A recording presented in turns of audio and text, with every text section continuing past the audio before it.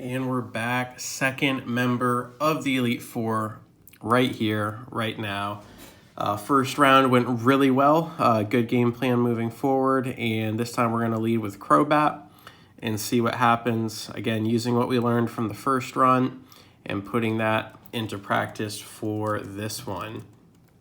So again, we do have the level advantage for these first few, and then the Elite Four Drake and the Champion both have either equal or the level advantage on us. So we just kind of take that and run with it. And if you remember my last run through, I tried to sweep this with Gyarados, but I completely forgot that Waterfall is special attack in this gen, and I was using it as I thought it was physical, so the Dragon Dances didn't actually do anything to that moveset. So I was just hyping up Gyarados' physical attack, and then I used a special attack, and I was wondering why it wasn't doing anything. But that's why.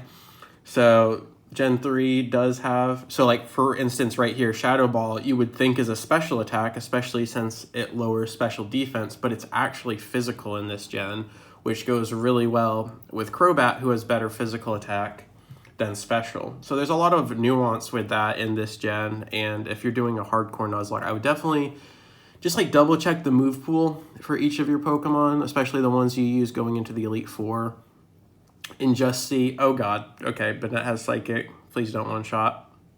Okay, whew, we have really good special defense, but that did scare me for a second. We shouldn't have an issue here. Even if that crit, that wouldn't have killed me, so that's really nice. I think the level advantage comes in pretty big here, but back to my point, yeah, just look at the differences in the special attack and the physical attack, and as you move on, especially I think in Gen 5, they really smooth that out where it's a lot more straightforward with what is special and what is physical, and you're able to play around that a lot better. But for Gen 3, it is kind of a mixed bag, so that's good and bad. So I don't think Dusclops has Psychic. Still feeling pretty good about this. Dusclops does have Pressure. Okay, he's got Rock Slide. That's going to do a good chunk as well. Okay. Getting a little dicey here. We just need to see how much this heals. I do believe I have enough moves. Ooh. Okay, this is getting pretty risky here. If I do Shadow Ball, it doesn't kill him, and then he Rock Slides and it crits, I will die. And I just really don't need that. Rock Slide is super effective against Walrein.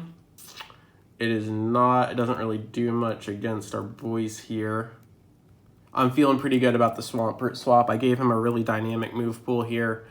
Kind of a combination of my tanky Pokemon, but also kind of his own thing as well. So I really like what I ended up choosing for him. So Earthquake is Stab because we got the ground typing here. So I'm feeling pretty good about this. Dusclops is incredibly tanky, so he does hold on. So I think we're good here, and they don't even use a full restore. They're saving that for potentially their last Pokemon. So really big, really good stuff here. Again, I don't want to say I'm glad Gyarados got killed in Victory Road, but I do like how it gives my team even more differences from the last run. And Banette hits really hard, but as far as defenses, is not very defensive. So that lands really good. This will probably do a good chunk given her attack. And there is going to be the next restore. Swampert has a really good split of special and physical attack, which is nice. Anytime you have that, you can get a little bit more lenient with the move set. And right there, we're just going to go for the Surf to secure. And I do believe that is one Pokemon left, or was that the last one? We got one more, and the finale, that's right, we got the Sableye here. So I'm at 102. You just want to keep in mind the crit range. Now, Sableye, I believe, is a lot more defensive like Dusclops. He doesn't have a super effective weakness.